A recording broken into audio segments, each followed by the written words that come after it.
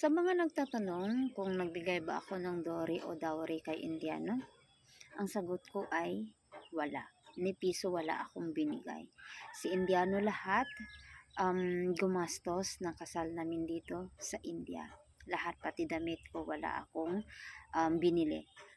Kasi dito kasi hindi uso yung dowry pag love marriage or lalong-lalo na foreigner yung naasawa nila kasi wala sa batas 'yun. So susundin namin yung batas.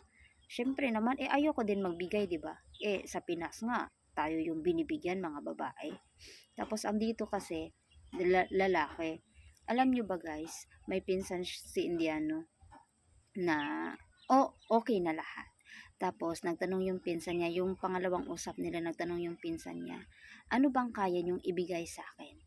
So, kaya nyo bang magbigay ng motor? Ganito. Kasi yung mga lalaki dito demanding. Sila yung nangihingi sa babae kung ano yung kayang ibigay mo.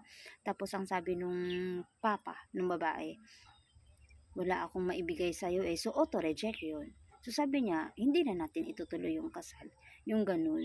So, sa nakikita ko, parang unfair, no? Unfair sa mga babae yung ganun. So, syempre, babae ako, nasaktan ako. Kasi, di ba, sa Pinas, tayo yung batas. But dito, lalaki yung batas, di ba? Hindi pwede yun. Tayo dapat masusunod. Tayo dapat yung tama. Babae, di ba? Laging tama.